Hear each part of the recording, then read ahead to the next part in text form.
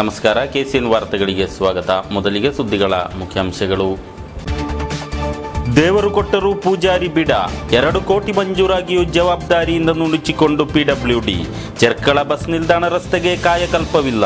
ಸೋಮವಾರದಿಂದ ಖಾಸಗಿ ಬಸ್ಸು ನಿಲ್ದಾಣ ಪ್ರವೇಶವಿಲ್ಲ. ಕನ್ನಡ ಮತದಾರ ಪಟ್ಟಿ ಲೋಪದೋಷ ನಿವಾರಣೆಗೆ ಚುನಾವಣಾ ಆಯೋಗ ಆದೇಶ. ಪಂಚಾಯತ್ ಕಾರ್ಯದರ್ಶಿಗೆ ಉಸ್ತುವಾರಿ. ಆಂಗ್ಲ ಭಾಷೆಗೆ ಆಕರ್ಷಿತರಾಗಿ ರಕ್ಷಕರು. ಅನನುದಾನಿತ ಶಾಲೆಗಳಿಗೆ ಪ್ರವೇಶಾತಿ ಹೆಚ್ಚಳ. ಸುದ್ದಿಗಳು ವಿವರವಾಗಿ. ಸೋಮವಾರದಿಂದ ಚೆರ್ಕಳ ಬಸ್ಸು ನಿಲ್ದಾಣದೊಳಕ್ಕೆ ಯಾವುದೇ ಖಾಸಗಿ ಬಸ್ಸುಗಳು ಪ್ರವೇಶಿಸದು.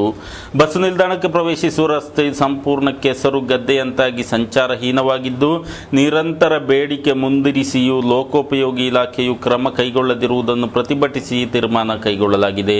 ಈ ಬಗ್ಗೆ ಜಿಲ್ಲಾ ಬಸ್ಸು ಮಾಲಕರ ಸಂಘವು ಸಂಬಂಧಿತರಿಗೆ ಲಿಖಿತ ಮಾಹಿತಿ ಇತ್ತಿದೆ. ಚೆರ್ಕಳ ಬಸ್ಸು ನಿಲ್ದಾಣಕ್ಕೆ ಪ್ರವೇಶಿಸುವ ರಸ್ತೆಯು ಸಂಪೂರ್ಣ ಹದಗೆಟ್ಟಿದೆ. ಕಳೆದ 2 ವರ್ಷಗಳಿಂದ ಡಾಮರೀಕರಣ ನಡೆಸದೇ ಇರುವುದರಿಂದಲೂ ಕಳಪೆ ಕಾಮಗಾರಿಯಿಂದಲೂ ರಸ್ತೆಯಲ್ಲಿಡೀ ಬೃಹದಾಕಾರದ ಹೊಂಡಗಳು ಸೃಷ್ಟಿಯಾಗಿ ಕೆಸರು ನೀರು ತುಂಬಿಕೊಂಡಿದೆ. ಕಳೆದ ವರ್ಷ ಈ ಬಗ್ಗೆ ಬಸ್ಸು ಮಾಲಕರು ನಿರಂತರವಾಗಿ ಅಧಿಕೃತರ ಗಮನ ಸೆಳೆದು ಒತ್ತಡ ಹೇರಿದ ಫಲವಾಗಿ ಕಲ್ಲುಗಳನ್ನು ಹೊಂಡಕ್ಕೆ ತುಂಬಿಸಿ ತೇಪೆ ಹಚ್ಚುವ ಕೆಲಸವನ್ನಷ್ಟೇ ಮಾಡಲಾಗಿತ್ತು. ಇದರಿಂದಾಗಿ ಈ ಬಾರಿ ರಸ್ತೆ ಮತ್ತಷ್ಟು ಹದಗೆಟ್ಟಿದೆ.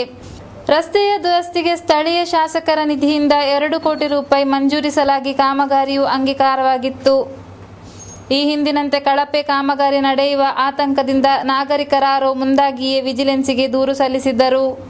ಆದರೆ ಈ ದೂರನ್ನೇ ನೆಪವಾಗಿಸಿದ ಲೋಕೋಪಯೋಗಿ ಇಲಾಖೆಯು ಇದೀಗ ರಸ್ತೆ ನಿರ್ಮಾಣದಿಂದ ಹಿಂಜರಿದಿರುವುದಾಗಿ ಬಸ್ಸು ಮಾಲಕರ ಸಂಘದ ಜಿಲ್ಲಾಧ್ಯಕ್ಷ ಕೆ ಗಿರೀಶ್ ಹೇಳುತ್ತಾರೆ.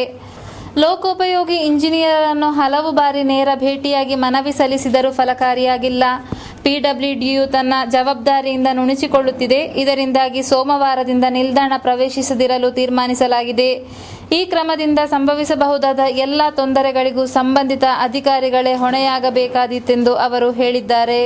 ചെർക്കള ബസ് സ്റ്റാൻഡിലേക്ക് പോകുന്ന വഴി PWD പാച്ച് വർക്ക് ചെയ്യാത്ത വർഷങ്ങളായി. ഇപ്പോൾ അതിൻ്റെ അകത്തേക്ക് ബസ് കയറാൻ പറ്റാത്ത ഒരു അവസ്ഥയിലാണ് എത്തിക്കേണ്ടത്. PWD എഞ്ചിനീയറുമായി ബന്ധപ്പെട്ടപ്പോൾ അതിനെ ഇപ്പോൾ റിപ്പയർ ചെയ്യേണ്ട ഒരു അവസ്ഥയില്ല എന്നാണ് അറിയിച്ചിട്ടുള്ളത്. വിജിലൻസിൻ്റെ കയ്യിലുള്ളത് കൊണ്ട് നമുക്ക് അത് ചെയ്യാൻ പറ്റുന്നില്ല. പക്ഷേ ബസ്സുകളാണെങ്കിൽ അതിൻ്റെ അകത്തേക്ക് പോകാനും പറ്റുന്നില്ല. ഇത് ദിവസേന ബസ്സുകൾക്ക് കേടുപാട് സംഭവിച്ചുകൊണ്ടിരിക്കുന്നു. അതുകൊണ്ട് ഞങ്ങൾ ചെർക്കള ബസ് സ്റ്റാൻഡിലേക്ക് തിങ്കളാഴ്ച മുതൽ, അതായത് 15-ാം തീയതി മുതൽ ചെർക്കള ബസ് സ്റ്റാൻഡ് അകത്തേക്ക് ബസ് പ്രവേശിക്കുകയില്ല എന്ന് തീരുമാനമെടുക്കുകയും അത് MLAയും അതുപോലെ തന്നെ PWDയും ബസ് സ്റ്റാൻഡിൻ്റെ ഉടമയെയും ഞങ്ങൾ അറിയിക്കുകയാണ് ഉണ്ടായത്.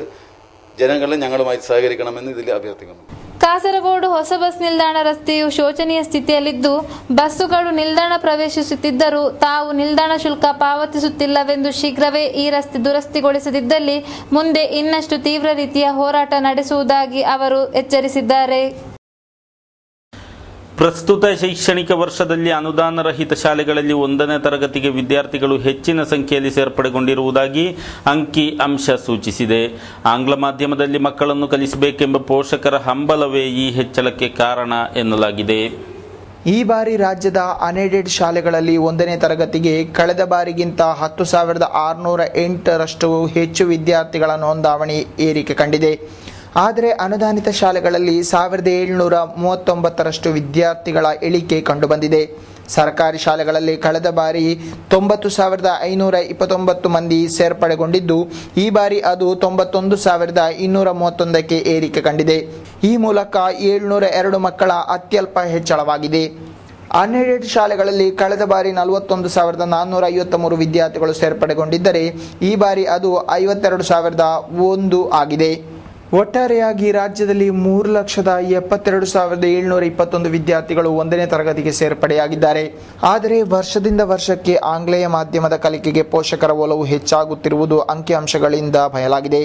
ಸರ್ಕಾರಿ ಹಾಗೂ ಅನುದಾನಿತ ಶಾಲೆಗಳಲ್ಲಿ ವಿದ್ಯಾರ್ಥಿಗಳ ಸೇರ್ಪಡೆಗೆ ಅಗತ್ಯ ಕ್ರಮ ಕೈಗೊಳ್ಳಬೇಕಾದದ್ದು ಮುಂದಿನ ದಿನಗಳಲ್ಲಿ ಅನಿವಾರ್ಯವಾಗಲಿದೆ ಎಂಬ ಸೂಚನೆಯನ್ನು ಇದು ಒದಗಿಸುತ್ತಿದೆ. ಕಾಸರಗೋಡು ಜನರಲ್ ಆಸ್ಪತ್ರೆಯ ಶೋಚನೀಯ ಅವಸ್ಥೆ ಪರಿಹರಿಸಬೇಕೆಂದು ಒತ್ತಾಯಿಸಿ ಬಿಜೆಪಿ ಜಿಲ್ಲಾ ಸಮಿತಿಯ ನೇತೃತ್ವದಲ್ಲಿ ಆಸ್ಪತ್ರೆ ಮುಂದೆ ಧರಣಿ ಸತ್ಯಾಗ್ರಹ ನಡೆಸಲಾಯಿತು. ಶುಕ್ರವಾರ ಜರುಗಿದ ಮುಷ್ಕರದಲ್ಲಿ ಹಲವಾರು ಮಂದಿ ಭಾಗವಹಿಸಿದರು. ಮುಷ್ಕರವನ್ನು ಬಿಜೆಪಿ ಜಿಲ್ಲಾಧ್ಯಕ್ಷ ಕೆ ಸುರೇಶ್ ಕುಮಾರ್ ಶೆಟ್ಟಿ ಉದ್ಘಾಟಿಸಿದರು. ನಮ್ಮ ರಾಜ್ಯದ ಭ್ರಷ್ಟಾಚಾರ ಎತ್ತಿ ತೋರಿಸುವಂತಹ ಒಂದು ಪ್ರಕ್ರಿಯೆಯನ್ನ ನಾವು ಕಾಣ್ತಾ ಇದ್ದೇವೆ. ಇವತ್ತು ಈ ಆಸ್ಪತ್ರೆಗೆ ಬೇಕಾದಂತ ಬಹಳಷ್ಟು ಬೆಡ್ಗಳನ್ನ ಒಳಗೊಂಡಂತ ಕಟ್ಟಡದಲ್ಲಿ ಇವತ್ತು ಆ ರೋಗಿಗಳಿಗೆ ಹೋಗುವಂತ ವ್ಯವಸ್ಥೆಯನ್ನು ಕೂಡ ಮಾಡುವುದಕ್ಕೆ ಸಾಧ್ಯವಾಗದಂತಹ ಒಂದು ವ್ಯವಸ್ಥೆಯನ್ನು ನಾವು ಕಾಣ್ತಾ ಇದ್ದೇವೆ. ಬಿಜೆಪಿ ಮಂಡಲಾಧ್ಯಕ್ಷ ಸುಧಾಮ್ ಗೋಸಾಡ ಅಧ್ಯಕ್ಷತೆ ವಹಿಸಿದರು. ರಾಷ್ಟ್ರೀಯ ಸಮಿತಿ ಸದಸ್ಯ ಪಿ ರಮೇಶ್, ಜಿಲ್ಲಾ ಕಾರ್ಯದರ್ಶಿ ಎಸ್ ಕುಮಾರ್, ಮಂಡಲ ಪ್ರಧಾನ ಕಾರ್ಯದರ್ಶಿ ಹರೀಶ್ ನಾರಂಪಾಡಿ, ಪಿಆರ್ ಸುನಿಲ್ ಮೊದಲಾದವರು ನೇತೃತ್ವವಿತ್ತರು. ಕಾಸರಗೋಡು ಜನರಲ್ ಆಸ್ಪತ್ರೆ ಪರಿಸರವಿಡೀ ತ್ಯಾಜ್ಯದಿಂದ ತುಂಬಿಕೊಂಡಿದೆ. ರೋಗಿಗಳಿಗೂ ಜತೆಗಾರರಿಗೂ ಮತ್ತಷ್ಟು ರೋಗ ಸೃಷ್ಟಿ ಆತಂಕವನ್ನು ತ್ಯಾಜ್ಯವು ಸೃಷ್ಟಿಸಿದೆ. ಅಲ್ಲದೆ ಸದ್ರಿ ಆಸ್ಪತ್ರೆಯಲ್ಲಿ ಯಾವುದೇ ಮೂಲಭೂತ ಸೌಕರ್ಯವಿಲ್ಲ. ವೈದ್ಯರ ದಾದಿಯರ ಅಭಾವದಿಂದ ರೋಗಿಗಳು ಕಂಗೆಡುತ್ತಿದ್ದಾರೆ ಎಂದು ಆರೋಪಿಸಿ ಪಕ್ಷವು ಆಂದೋಲನ ಕಣಕ್ಕಿಳಿದಿತ್ತು. ಸ್ಥಳೀಯಾಡಳಿತ ಸಂಸ್ಥೆ ಚುನಾವಣೆ ಹಿನ್ನೆಲೆಯಲ್ಲಿ ಪ್ರಕಟಿಸಲಾದ ಕನ್ನಡ ಮತದಾರ ಪಟ್ಟಿಯಲ್ಲಿರುವ ಲೋಪದೋಷ ಸರಿಪಡಿಸಲು ಚುನಾವಣಾ ಆಯೋಗವು ಸೂಚಿಸಿದೆ. ಈ ಕುರಿತು ಪಟ್ಟಿಯಲ್ಲಿರುವ ತಪ್ಪು ತಿದ್ದಲು ಗ್ರಾಮ ಪಂಚಾಯತ್ ಹಾಗೂ ನಗರಸಭಾ ಕಾರ್ಯದರ್ಶಿಗಳಿಗೆ ಆದೇಶವಿತ್ತಿದೆ. ಕಾಸರಗೋಡು ಜಿಲ್ಲೆಯಲ್ಲಿ ಕನ್ನಡ ಭಾಷೆಯಲ್ಲಿ ಪ್ರಕಟಿಸಲಾಗಿರುವ ಮತದಾರರ ಪಟ್ಟಿಯಲ್ಲಿ ಲೋಪದೋಷಗಳು ತುಂಬಿಕೊಂಡಿದ್ದು ಆರೋಪ ಕೇಳಿಬಂದ ಹಿನ್ನೆಲೆಯಲ್ಲಿ ಚುನಾವಣಾ ಆಯೋಗ ಸರಿಪಡಿಕೆಗೆ ಆದೇಶ ನೀಡಿದೆ. 2015 ಜನವರಿ 1ರಂದು 18 ವರ್ಷ ಪ್ರಾಯ ಪೂರ್ತಿಯಾದ ಎಲ್ಲರೂ ಪಟ್ಟಿಯಲ್ಲಿ ಹೆಸರು ನೋಂದಾವಣೆ ಮಾಡುವಂತೆ ಸೂಚಿಸಿದೆ. ಪ್ರಸ್ತುತ ಪ್ರಕಟಿಸಲಾದ ಯಾದಿಯಲ್ಲಿ ಹೆಸರಿಲ್ಲದೆ ಇದ್ದಲ್ಲಿ, ಸದ್ಯ ವಾಸವಾಗಿರುವ ಸ್ಥಳದಿಂದ ಬೇರೆ ಕ್ಷೇತ್ರಗಳಲ್ಲಿ ಮತದಾನ ಚಲಾಯಿಸಲು ಇಚ್ಛಿಸುತ್ತಿದ್ದಲ್ಲಿ ಇನ್ನೂ ಅರ್ಜಿ ಸಲ್ಲಿಸಲು ಅವಕಾಶ ನೀಡಲಾಗಿದೆ ಎಂದು ಆಯೋಗ ತಿಳಿಸಿದೆ. ಪೈವಳಿಕೆ ನಿವಾಸಿ ಯುವಕ ರಾಜ್ಯ ಮಟ್ಟದ ಛದ್ಮವೇಷ ಸ್ಪರ್ಧೆಯಲ್ಲಿ ಪ್ರಥಮ ಸ್ಥಾನ ಗಳಿಸಿ ಗಮನ ಸೆಳೆದಿದ್ದಾರೆ. ಪೈವಳಿಕೆ ಭಂಡಾರಮನೆ ನಿವಾಸಿ ರಮೇಶ ಭಂಡಾರ ಎಂಬುವರು ಈ ಹೆಗ್ಗಳಿಕೆಗೆ ಪಾತ್ರರಾದವರು. 10ನೇ ತರಗತಿಯ ಸಮತ್ವ ವಿದ್ಯಾರ್ಥಿಗಳಿಗೆ ಏರ್ಪಡಿಸಲಾದ ರಾಜ್ಯ ಛದ್ಮವೇಷ ಸ್ಪರ್ಧೆಯು ಮಲಪ್ಪುರಂನಲ್ಲಿ ಇತ್ತೀಚೆಗೆ ನಡೆದಿದ್ದು, ವಿವಿಧ ಜಿಲ್ಲೆಗಳ 50ರಷ್ಟು ಸ್ಪರ್ಧಿಗಳನ್ನು ಹಿಂದಿಕ್ಕಿ ರಮೇಶ ಭಂಡಾರ ಅವರು ಕಿರೀಟ ಮುಡಿಗೇರಿಸಿದ್ದಾರೆ. ಬ್ಲಾಕ್ ಹಾಗೂ ಕಾಸರಗೋಡು ಜಿಲ್ಲಾ ಮಟ್ಟದ ಸ್ಪರ್ಧೆಯಲ್ಲೂ ಅವರು ತಮ್ಮ ಮಾಸ್ಟರ್ ಪೀಸ್ ಎನಿಸಿರುವ ಕುಷ್ಠರೋಗಿಯ ವೇಷ ಹಾಕುವ ಮೂಲಕ ಬಹುಮಾನ ಗಳಿಸಿದ್ದು, ಇದೇ ವೇಷವನ್ನು ರಾಜ್ಯ ಸ್ಪರ್ಧೆಗೂ ಬಳಸಿದ್ದಾರೆ.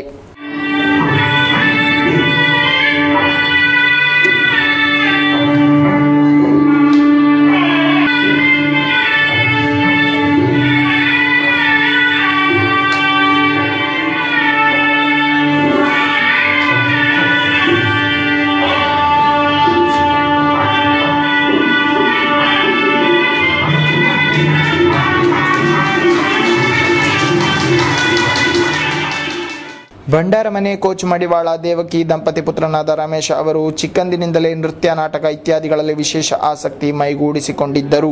ಪೈವಳಿಕೆ ಕ್ರೆಸೆಂಟ್ ಕ್ಲಬ್ಬಿನ ಸದಸ್ಯರು ಕೂಡ ಆಗಿದ್ದಾರೆ. ಅಪ್ರಾಪ್ತ ಬಾಲಕನಿಗೆ ವಿಷಪೂರಿತ ಹಾವು ಕಡಿದು ಆಸ್ಪತ್ರೆಗೆ ದಾಖಲಿಸಲ್ಪಟ್ಟಿದ್ದಾನೆ. ಕುಂಬಳೆ ಶೇಡಿಕಾವು ನಿವಾಸಿ ಖಾಸಗಿ ಕಾಲೇಜಿನಲ್ಲಿ +2 ವ್ಯಾಸಂಗ ಮಾಡುತ್ತಿರುವ 17ರ ಹರೆಯದ ಸೈಯದ್ ಬುಖಾರಿ ನಿಶಾಲ್ ಹಾವಿನ ಕಡಿತಕ್ಕೊಳಗಾದ ಈತನನ್ನು ಪಾಣಾಲ ಎಂಬಲ್ಲಿನ ವಿಷ ಚಿಕಿತ್ಸಾ ಕೇಂದ್ರದಲ್ಲಿ ದಾಖಲಿಸಲಾಗಿದೆ. ಕಳೆದ ದಿನ ರಾತ್ರಿ ನೆರೆಮನೆಗೆ ನಡೆದು ಹೋಗುತ್ತಿದ್ದಾಗ ವಿಷಪೂರಿತ ಹಾವು ಕಡಿದಿದೆ. ಕಾಸರಗೋಡಿನಿಂದ ಪ್ರಕಟವಾಗಲಿರುವ ಕನ್ನಡ ಸಂಜೆ ದೈನಿಕವಾದ ತುಳುನಾಡು ಟೈಮ್ಸ್ ಪತ್ರಿಕೆಯ ಕಚೇರಿಯನ್ನು ವಿದ್ಯಾನಗರದಲ್ಲಿ ತೆರೆಯಲಾಯಿತು. ಗುರುವಾರ ಸಾಯಂಕಾಲ ಜರುಗಿದ ಸಮಾರಂಭದಲ್ಲಿ ಸಿಪಿಎಂ ಕೇಂದ್ರ ಸಮಿತಿ ಸದಸ್ಯ ಸಂಸದ ಪಿ ಕರುಣಾಕರನ್ ಕಚೇರಿಯ ಉದ್ಘಾಟನೆ ನೆರವೇರಿಸಿದರು. ಹಲವರು ಪಾಲ್ಗೊಂಡಿದ್ದರು. സിപിഎം കാസർഗോഡ് ജില്ലാ കമ്മിറ്റി മുൻകൈയെടുത്തുകൊണ്ട് ഇതിനകം തന്നെ ഈ പത്രത്തിൻ്റെ ഒട്ടേറെ പ്രാരംഭ പ്രവർത്തനങ്ങൾ നടന്നിട്ടുണ്ട്. ആഗസ്റ്റ് മാസത്തിൽ പത്രം പുറത്തിറക്കണമെന്നാണ് അവർ ആഗ്രഹിക്കുന്നത്. സിപിഎം കാസർഗോഡ് കമ്മിറ്റിയാണ് മുൻകൈയെടുക്കുന്നതെങ്കിലും പത്രമെന്ന നിലയിൽ കാസർഗോഡിൻ്റെ എല്ലാ വാർത്തകളും നൽകുന്ന, എല്ലാ വിവരങ്ങളും നൽകുന്ന, എല്ലാ സാധനങ്ങളും ഉപയോഗപ്പെടുത്തുന്ന ഒന്നായിരിക്കും ತುಳುನಾಡು ಟೈಮ್ಸ್ ಎಂದು ತന്നെയാണ് ഞങ്ങൾ ಉದ್ದೇಶಿಸುವುದು. ಸಮಾರಂಭದಲ್ಲಿ ಖ್ಯಾತ ಚಿತ್ರಕಲಾವಿದ PS ಪುಣಿಚಿತಾಯರ್ ಅವರು ಅಧ್ಯಕ್ಷತೆ ವಹಿಸಿದರು. ಜಿಲ್ಲೆಯ ಕನ್ನಡ ವಲಯದಲ್ಲಿ ಪತ್ರಿಕೆಯ ಅನಿವಾರ್ಯತೆಯ ಬಗ್ಗೆ ಪ್ರಮುಖರು ಮಾತನಾಡಿದರು. ಪತ್ರಿಕೆಯ ಗ್ರಂಥಾಲಯವನ್ನು ಶಾಸಕ ಎನ್ ನೆಲಿಕುನ್ ಉದ್ಘಾಟಿಸಿದರು. ಶಾಸಕ ಕೆ ಕುഞ്ഞിರಾಮನ್ ಉದುಮ, ಸಿಪಿಎಂ ಜಿಲ್ಲಾ ಕಾರ್ಯದರ್ಶಿ KP ಸತೀಶ್ ಚಂದ್ರನ್, ಮಾಜಿ ಶಾಸಕ CH ಕುഞ്ഞಂಬು, ಪ್ರಕಾಶಕ ಹಾಗೂ ಮುದ್ರಕರಾದ P ರಾಘವನ್, ಮುಖ್ಯ ಸಂಪಾದಕ M ಶಂಕರ್ ರೈ, SP ಭಟ್ ಮೊದಲಾದವರು ಭಾಗವಹಿಸಿದರು. M ಕೃಷ್ಣನ್ ವಂದಿಸಿದರು. ಮಂಜೇಶ್ವರ ವಿದ್ಯುತ್ ವಿಭಾಗದ ಅಧಿಕಾರಿಗಳ ಬೇಜವಾಬ್ದಾರಿ ಹಾಗೂ ದುರ್ವರ್ತನೆ ಖಂಡಿಸಿ ಮಂಜೇಶ್ವರ ಗ್ರಾಹಕರ ವೇದಿಕೆ ಹೋರಾಟ ಕಣಕ್ಕೆ. ವಿದ್ಯುತ್ ಕಚೇರಿಯ ಕಾರ್ಯವೈಖರಿ ಖಂಡಿಸಿ ಸಾರ್ವಜನಿಕರ ಸಹಕಾರದೊಂದಿಗೆ ಗ್ರಾಹಕರ ವೇದಿಕೆಯು ಇದೇ ತಿಂಗಳ 17ರಂದು ಧರಣಿ ಮುಷ್ಕರ ಹಾಗೂ ಪ್ರತಿಭಟನಾ ಮೆರವಣಿಗೆ ನಡೆಸಲಿದೆ ಎಂದು ವೇದಿಕೆ ಪದಾಧಿಕಾರಿಗಳು ಮಂಜೇಶ್ವರದಲ್ಲಿ ಸುದ್ದಿಗೋಷ್ಠಿಯಲ್ಲಿ ತಿಳಿಸಿದ್ದಾರೆ. ಮಂಜೇಶ್ವರ ವಿದ್ಯುತ್ ಕಚೇರಿಯ ಕೆಲ ಅಧಿಕಾರಿ ಹಾಗೂ ಸಿಬ್ಬಂದಿಗಳು ಗ್ರಾಹಕರಲ್ಲಿ ಅನುಚಿತವಾಗಿ ನಡೆದುಕೊಳ್ಳುತ್ತಿದ್ದು, ಇಂತಹ ವರ್ತನೆ ಬದಲಾಗಬೇಕು ಹಾಗೂ ಇತ್ತೀಚೆಗೆ ಗ್ರಾಹಕರಲ್ಲಿ ದುರ್ವರ್ತನೆಯಾಗಿ ನಡೆದುಕೊಂಡ ಲೈನ್ಮ್ಯಾನ್ ರವರನ್ನು ತಕ್ಷಣ ವಜಾಗೊಳಿಸಬೇಕೆಂದು ಒತ್ತಾಯಿಸಿ ಮುಂದಿನ ಬುಧವಾರದಂದು ಧರಣಿ ಮುಷ್ಕರ ಹಾಗೂ ಪ್ರತಿಭಟನಾ ಮೆರವಣಿಗೆ ಹಮ್ಮಿಕೊಂಡಿದೆ. ಗ್ರಾಹಕರ ವೇದಿಕೆ ಅಧ್ಯಕ್ಷ ಮುರಳೀಧರ ಭಟ್ಟರ ಅಧ್ಯಕ್ಷತೆಯಲ್ಲಿ ನಡೆಯುವ ಹೋರಾಟವನ್ನು ವೇದಿಕೆ ಉಪಾಧ್ಯಕ್ಷೆ ಲಿಲ್ಲಿಬಾಯಿ ಟೀಚರ್ ಉದ್ಘಾಟಿಸಲಿದ್ದಾರೆ. ಬೆಳಿಗ್ಗೆ 10 ಗಂಟೆಗೆ ರಿಜಿಸ್ಟ್ರಾರ್ ಕಚೇರಿ ಬಳಿಯಿಂದ ವಿದ್ಯುತ್ ಕಚೇರಿಗೆ ಮೆರವಣಿಗೆ ಸಾಗಿ ಬಳಿಕ ಪ್ರತಿಭಟನೆ ನಡೆಯಲಿದೆ. ಹೋರಾಟಕ್ಕೆ ವೇದಿಕೆ ಕಾರ್ಯದರ್ಶಿ ಅಬ್ದುಲ್ ರೆಹಮಾನ್ ಉದ್ಯಾವರ, ಎಂಕೆ ಮಜೀದ್ ಸಹಿತ ಪ್ರಮುಖರು ನೇತೃತ್ವ ನೀಡಲಿದ್ದಾರೆಂದು പദാധികാരികൾ ತಿಳಿಸಿದರು. പൊതുജനങ്ങളുടെ സഹായത്തോടെ മറ്റന്നാൾ ബുധനാഴ്ച 10 മണിക്ക് KSEBയുടെ ഓഫീസിലേക്ക് മാർച്ച് നടത്തുവാൻ തീരുമാനിച്ചിരിക്കുന്നു. മേൽപ്പറഞ്ഞ ലൈൻമാൻ മിസ്റ്റർ ബാലനെ സസ്പെൻഡ് ചെയ്യുവാൻ വേണ്ടി സൂചന സമരമാണ് നടത്തുവാൻ ഉദ്ദേശിക്കുന്നത്. ಸುದ್ದಿಗೋಷ್ಠಿಯಲ್ಲಿ ವೇದಿಕೆ ಅಧ್ಯಕ್ಷ ಮುರಳೀಧರ ಭಟ್, ಲಿಲ್ಲಿಬಾಯಿ ಟೀಚರ್, ಮಾಜಿ ಎಸ್ಐ ಗಟ್ಟಿ, ಸಿ ಅಹಮದ್ ಕುഞ്ഞಿ, ಮಾಧವಿ ಟೀಚರ್, ಯಾಕೂಬ್ ಕುಂಜತೂರು, ಅಶ್ರಫ್ ಕುಂಜತೂರು ಮೊದಲಾದವರು ಉಪಸ್ಥಿತರಿದ್ದರು. ಬಂದ್ಯೋಡು ಕುಬ್ಬಣೂರಿನ ಶ್ರೀರಾಮ ಹಿರಿಯ ಪ್ರಾಥಮಿಕ ಶಾಲೆಯ ರಕ್ಷಕ ಶಿಕ್ಷಕ ಸಂಘದ ಮಹಾಸಭೆ ಜರುಗಿತು. ಕಳೆದ ದಿನ ಶಾಲೆಯಲ್ಲಿ ನಡೆದ ಸಭೆಯಲ್ಲಿ ಶಾಲೆಯ ಬೋಧನಾ ಕೈಂಕರ್ಯಗಳ ಕುರಿತು ಚರ್ಚಿಸಲಾಯಿತು. ಮಹಾಸಭೆಯನ್ನು ವಾರ್ಡ್ ಸದಸ್ಯ ಬಾಬು ಎಂ ಅವರು ದೀಪ ಬೆಳಗಿಸುವ ಮೂಲಕ ಉದ್ಘಾಟಿಸಿದರು. ರಕ್ಷಕ ಶಿಕ್ಷಕ ಸಂಘದ ಅಧ್ಯಕ್ಷ ದಾಮೋದರ ಉಬರೆಳೆ ಅಧ್ಯಕ್ಷತೆ ವಹಿಸಿದರು. ಸಭೆಯಲ್ಲಿ ಮುಂದಿನ ಶೈಕ್ಷಣಿಕ ವರ್ಷಕ್ಕೆ ಪಿಟಿಎ ಸಮಿತಿಗೆ ನೂತನ 20 ಸದಸ್ಯರುಗಳನ್ನು ಆರಿಸಲಾಯಿತು. ಪಿಟಿಎ ಸಮಿತಿಯ ಅಧ್ಯಕ್ಷರಾಗಿ ಶಾಹುಲ್ ಹಮೀದ್ ಆಯ್ಕೆಯಾದರು. ಬಳಿಕ ಸಭೆಯಲ್ಲಿ ಕಳೆದ ವರ್ಷ USS ಪರೀಕ್ಷೆಯಲ್ಲಿ ತೇರ್ಗಡೆ ಹೊಂದಿದ ವಿದ್ಯಾರ್ಥಿಯರನ್ನು ಅಭಿನಂದಿಸಲಾಯಿತು. ಎಇಒ ನಂದಿಕೇಶ್, ಮುಖ್ಯೋಪಾಧ್ಯಾಯ ಎಂಪಿ ಬಾಲಕೃಷ್ಣ ಶೆಟ್ಟಿ, ಮಾತೃ ಸಮಿತಿ ಅಧ್ಯಕ್ಷೆ ತನುಜಾ ಆಚಾರ್ ಮೊದಲಾದವರು ಮಾತನಾಡಿದರು. ನಿಷೇಧಿತ ತಂಬಾಕು ಉತ್ಪನ್ನ ಸಹಿತ ವ್ಯಕ್ತಿಯನ್ನು ಸೆರೆ ಹಿಡಿಯಲಾಗಿದೆ. ಬದಿಯಡ್ಕದ ಗೋಳಿಯಡ್ಕ ನಿವಾಸಿ ಮೊಹಮ್ಮದ್ ಶಾಜಿ 44 ಬಂಧಿತ. ಈತನ ಬಳಿಯಿಂದ 84 ಪ್ಯಾಕೆಟ್ ತಂಬಾಕು ಉತ್ಪನ್ನ ವಶಪಡಿಸಲಾಗಿದೆ. ಗೋಳಿಯಡ್ಕ ಬಳಿ ತಂಬಾಕನ್ನು ಮಾರಾಟಗೈಯಲ್ಲಿ ಯತ್ನಿಸುತ್ತಿದ್ದಾಗ ಬದಿಯಡ್ಕ ಪೊಲೀಸರು ಕಾರ್ಯಾಚರಣೆ ನಡೆಸಿದ್ದಾರೆ. ಪಾಸ್ಪೋರ್ಟ್ಗಾಗಿ ಅರ್ಜಿ ಸಲ್ಲಿಸುವಾಗ ಆಧಾರ್ ಸಂಖ್ಯೆಯನ್ನು ಕಡ್ಡಾಯಗೊಳಿಸಲು ಕೇಂದ್ರ ವಿದೇಶಾಂಗ ಸಚಿವಾಲಯ ತೀರ್ಮಾನ ಕೈಗೊಂಡಿದೆ. ಆಧಾರ್ ಕಾರ್ಡ್ ಸಂಖ್ಯೆಯ ಮೂಲಕ ವ್ಯಕ್ತಿಯ ಸಮಗ್ರ ಮಾಹಿತಿ ಕಲೆ ಹಾಕುವುದು ಇದರ ಉದ್ದೇಶ ಎನ್ನಲಾಗಿದೆ. ಪಾಸ್ಪೋರ್ಟಿಗಾಗಿ ಆಧಾರ್ ಸಂಖ್ಯೆಯನ್ನು ಕಡ್ಡಾಯವಾಗಿ ನೀಡಬೇಕಾದ ದಿನಗಳು ಇನ್ನೂ ದೂರವಿಲ್ಲ. ಪ್ರಥಮ ಹಂತವಾಗಿ ಹೊಸದಿಲ್ಲಿಯಲ್ಲಿ ಈ ಆದೇಶ ಜಾರಿಗೆ ಬರಲಿದ್ದು, ಬಳಿಕ ದೇಶದ ಎಲ್ಲ ರಾಜ್ಯಗಳಿಗೂ ಈ ಆದೇಶ ಅನ್ವಯವಾಗಲಿದೆ. ಇದರಿಂದ ಅರ್ಜಿ ಸಲ್ಲಿಸುವ ವ್ಯಕ್ತಿ ಮೇಲೆ ಯಾವುದೇ ಕ್ರೈಮ್ ಅಥವಾ ಇನ್ನಿತರ ಆರೋಪಗಳು ದಾಖಲಾದಲ್ಲಿ ಸುಲಭವಾಗಿ ಪತ್ತೆ ಹಚ್ಚಬಹುದು.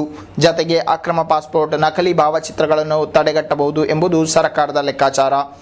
ದೇಶದಲ್ಲಿ ಒಟ್ಟು 37 ಪಾಸ್ಪೋರ್ಟ್ ಕೇಂದ್ರಗಳಿವೆ. ಅವುಗಳ ಆಶ್ರಯದಲ್ಲಿ ಹಲವಾರು PSKಗಳು ಕೂಡ ಕಾರ್ಯನಿರ್ವಹಿಸುತ್ತಿವೆ. ಸಾರ್ವಜನಿಕ ಸ್ಥಳದಲ್ಲಿ ಪಾನಮತ್ತನಾಗಿ ದಾಂಧಲೆ ನಡೆಸಿದ ಆತನನ್ನು ಬಂಧಿಸಲಾಗಿದೆ. ಪುಳುಕೂರು ನಿವಾಸಿ ಮೊಹಮ್ಮದ್ ಸಾದ್ 25 ಬಂಧಿತ. ಈತ ಕಾಸರಗೋಡು ಜನರಲ್ ಆಸ್ಪತ್ರೆ ಪರಿಸರದಲ್ಲಿ ಕಳೆದ ದಿನ ರಾತ್ರಿ ಪಾನಮತ್ತನಾಗಿ ದಾಂಧಲೆಗೈದಿದ್ದಾನೆ. ಸುದ್ದಿ ಅರಿತು ಸ್ಥಳಕ್ಕೆ ಧಾವಿಸಿದ ನಗರ ಪೊಲೀಸರು ಸೆರೆ ಹಿಡಿದಿದ್ದಾರೆ. ಕೊನೆಯಲ್ಲಿ ಮತ್ತೊಮ್ಮೆ ಸುದ್ದಿಗಳ ಮುಖ್ಯಾಂಶಗಳು. ದೇವರು ಕೊಟ್ಟರೂ ಪೂಜಾರಿ ಬಿಡ, 2 ಕೋಟಿ ಮಂಜೂರಾಗಿಯೂ ಜವಾಬ್ದಾರಿಯಿಂದ ನುಣುಚಿಕೊಂಡು PWD. ಚೆರ್ಕಳ ಬಸ್ ನಿಲ್ದಾಣ ರಸ್ತೆಗೆ ಕಾಯಕಲ್ಪವಿಲ್ಲ. ಸೋಮವಾರದಿಂದ ಖಾಸಗಿ ಬಸ್ಸು ನಿಲ್ದಾಣ ಪ್ರವೇಶವಿಲ್ಲ. ಕನ್ನಡ ಮತದಾರ ಪಟ್ಟಿ ಲೋಪದೋಷ ನಿವಾರಣೆಗೆ ಚುನಾವಣಾ ಆಯೋಗ ಆದೇಶ. ಪಂಚಾಯತ್ ಕಾರ್ಯದರ್ಶಿಗೆ ಉಸ್ತುವಾರಿ.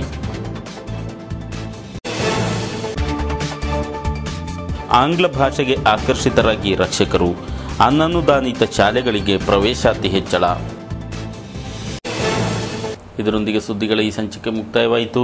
ಮುಂದಿನ ವಾರ್ತೆಗಳೊಂದಿಗೆ ಮತ್ತೆ ಭೇಟಿಯಾಗೋಣ. ವಂದನೆಗಳು.